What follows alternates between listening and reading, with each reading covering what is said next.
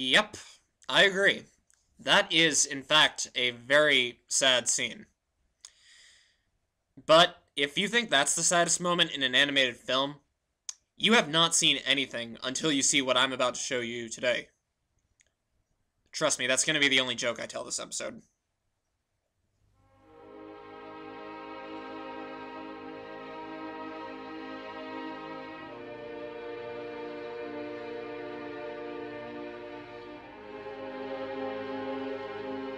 Among the many things that have made humans an enemy to the world, wars have proven to be one of the most horrible acts ever put forth. Whether wars are fought for land, glory, or revenge, any reason for battle results in a form of tragedy for one group of people or the other. War is the predecessor for a domino effect that can't always be prevented. Soldiers willingly enlist to help defend their nations, but not every fighter is lucky to return home.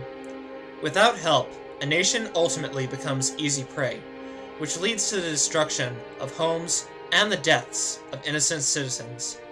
People are encouraged to stay together, but food and water rations create frustration and hatred among themselves. Eventually, the terrors of war invade the lives of children and can mercilessly give them a short lifespan, where all they have seen in the few years they have lived is neglect and suffering. There is no doubt that in the many years war has existed on planet Earth, not only has it led to millions of soldiers suffering casualties while in battle, but it has also frightened the lives of innocent civilians everywhere who have no desire to take part in battle in the first place. And it's most heartbreaking to know that some of these innocent civilians are in fact children. In 1967, Akiyuki Nosaka, a Japanese writer who lived through World War II, wrote a semi-autobiographical novel detailing the events in which he struggled to live in war-torn Japan. 2 decades later, that novel would become an animated film, which, despite its recent obscurity, has been hailed as one of the most acclaimed animated films by critics. I am the Philosopher of Animation, and this is Animated Movie Axioms.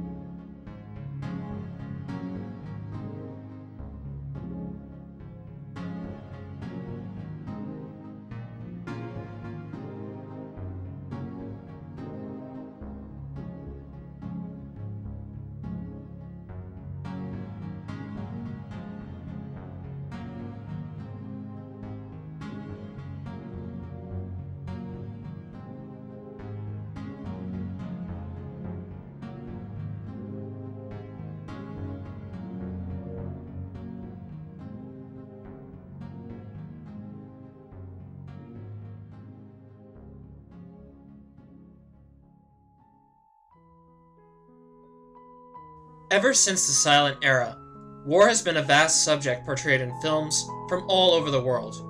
Hundreds of these movies exist today, but not every one captures the horrors of war so effectively as others can. War has even had its share of portrayals in animated short films, as well as a handful of adult animated feature films. But no matter what method is utilized for a film about war, whether live action or animation, these films always remind the viewer about the dreadful effects of war, whether the war is in the progress of occurring, or the war is over and society has become maladjusted from the events. To me, though, if any film has captured the brutalities of war and its devastating effect on children best, it is none other than the animated film adapted from the Nosaka bestseller by Studio Ghibli animator Isao Takahata. Be prepared to join me for a depressing recollection as I look back at Hataru no Hata, also known as Grave of the Fireflies, released in 1988.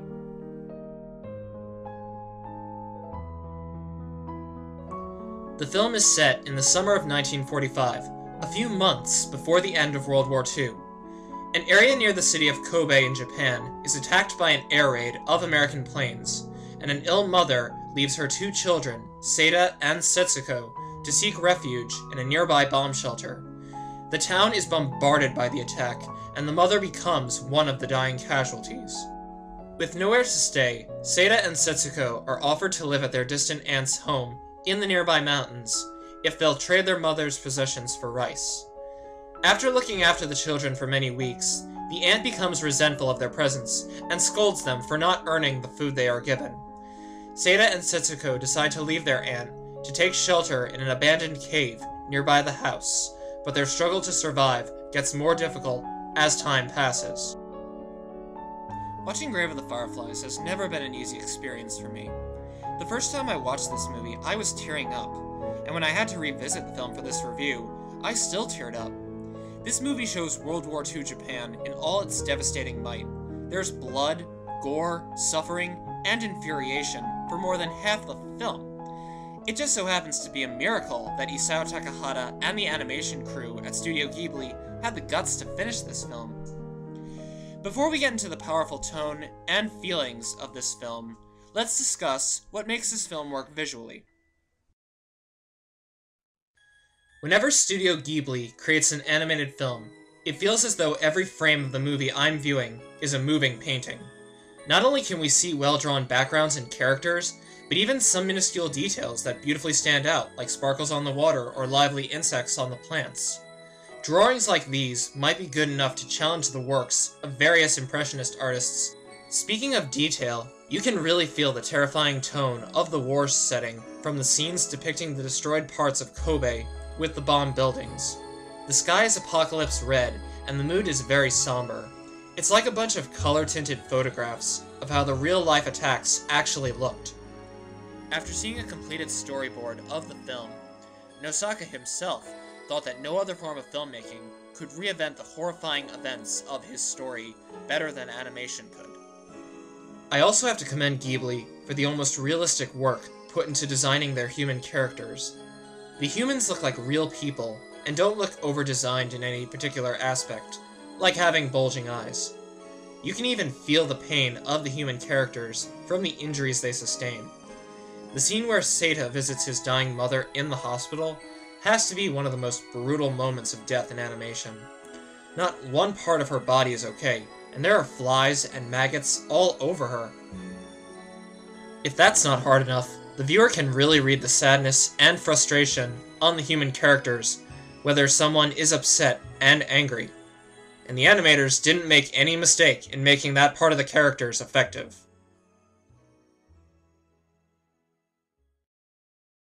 Along with really impressive animation, Fireflies does a wonderful job at making its main human characters very compelling.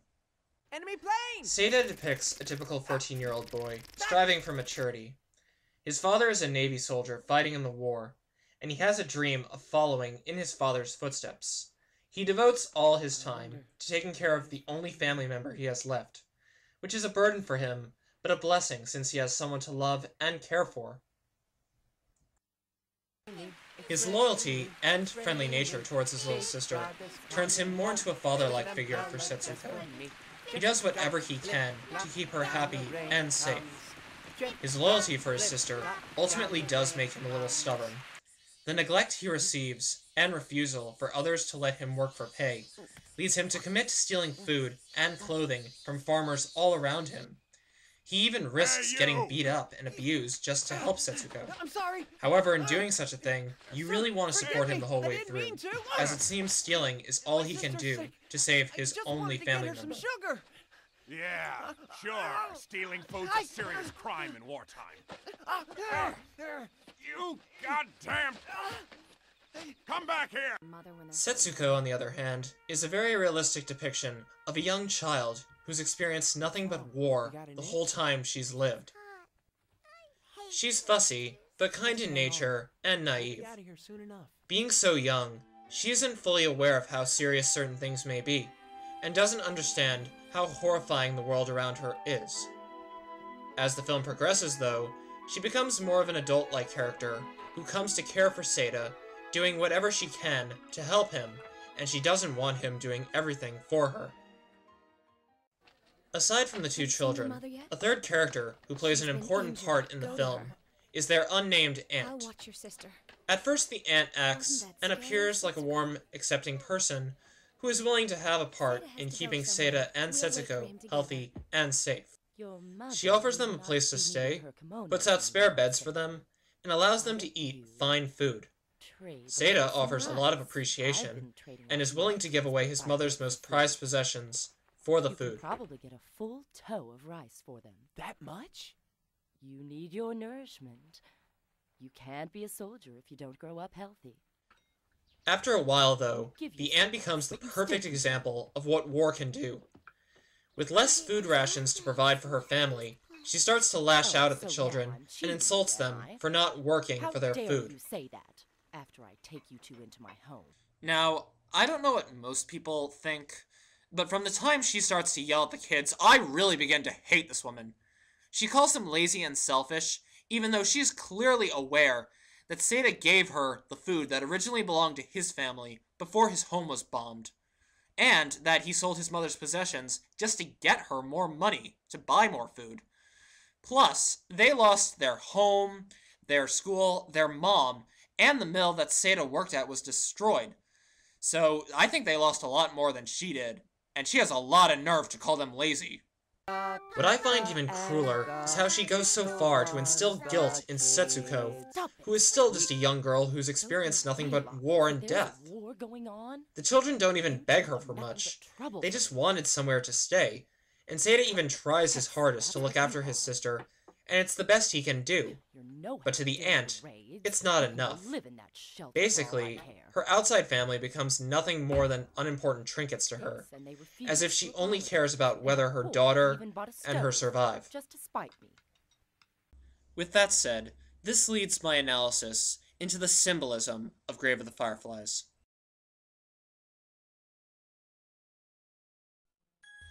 So what does the title, Grave of the Fireflies, mean exactly? This movie has so many fireflies that you can watch the movie in a dark room and feel a sense of light whenever a whole group of fireflies appear on the screen. Well, regarding the horrors and suffering that come from war, fireflies make an excellent metaphor for humans. Insects in general are very vulnerable creatures. They're small, fragile, and not very well built, making them very easy prey for predators 10 times their size. Besides being used as food, they lose homes and habitats much more than larger endangered animals do when lands are cleared out or holes are dug up. They are probably the animal species mankind shows the least amount of consolation for. Not only are they small and fragile, but many live for less than a year, and some may live for less than a month. Almost every day, insects fight a very difficult battle just to protect their colonies and themselves.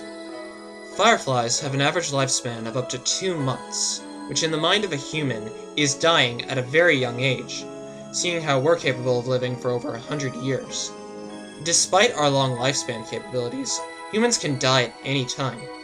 Humans who become soldiers and go to war in particular have the lowest chance of making it home alive, and can be as young as 30 to 20 years old when they are killed. Not only soldiers, but everyday civilians as well, can die just from struggling to stay alive. Not all soldiers and civilians are even given proper burials. Some of them are just left to rot in the most secret of places, and others are piled up in groups and burned. Therefore, the humans we witness suffering and dying are what the fireflies in the movie and title represent.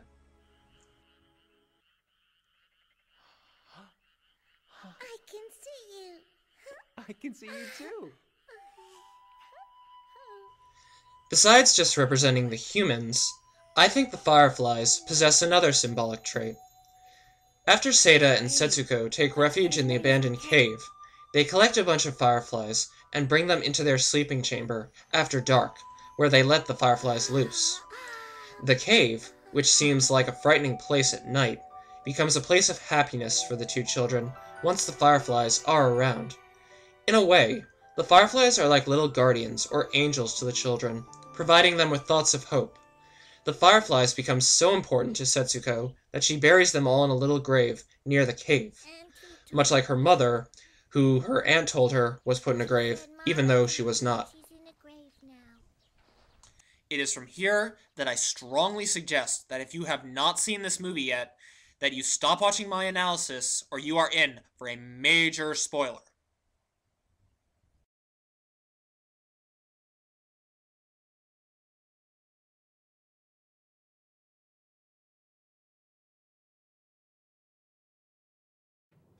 Like all humans who we see suffer in this movie, Seda and Setsuko themselves are like fireflies. Setsuko comes to a point where she does not receive all the food she needs.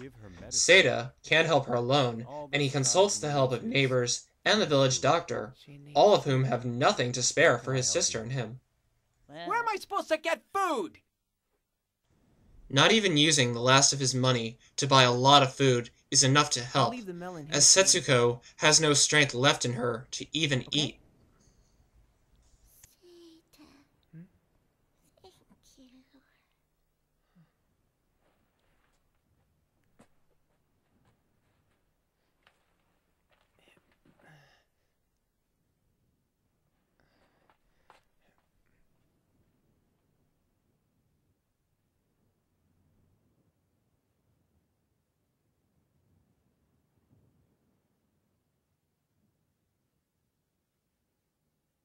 She never woke up. And that, ladies and gentlemen, is, in my personal opinion, the saddest moment in animation history. And to top it all off, we've got over an hour worth of scenes prior to this moment that are depressing themselves. This whole movie is basically one depressing scene.